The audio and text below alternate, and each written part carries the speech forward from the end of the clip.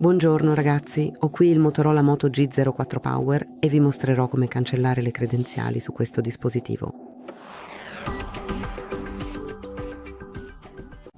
Quindi per prima cosa apriamo le impostazioni.